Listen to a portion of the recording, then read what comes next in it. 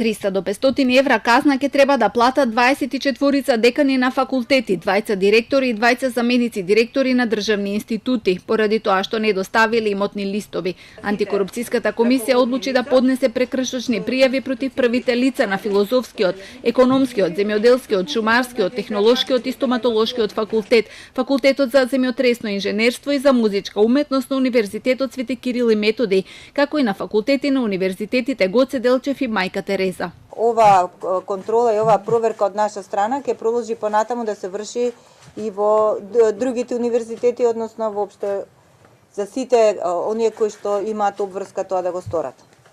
Деканот на стоматолошкиот факултет Киро Ивановски ја демантира комисијата, тврди дека откако е избран првин за ВД декана, потоа и за декан доставил 2 анкетни листа. Првиот на 27 ноември, а вториот на 13 декември 2017 година, за што ни достави и докази.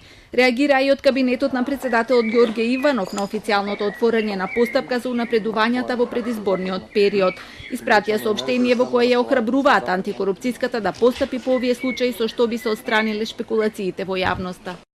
Указите на председателот Иванов се донесени на предлог на Министерството за одбрана и Генералштабот на Арама, согласно нивните надлежности, во постапка која траеше неколку месеци, а представува редовна обврска во делокругот на непречено функционирање на државата. При донесувањето на 6 укази се испочитувани одредбите од изборниот законник и одредбите од законот за спречување на корупција. До крајот на неделата истекуваат и роковите за одговор на барањата од првите 18 отворени предмети за непотизам. Некои од институциите веќе ја испратиле потребната документација. Во меѓувреме до антикорупцијска пристигнале и нови 200 представки од политички партии за непотизам.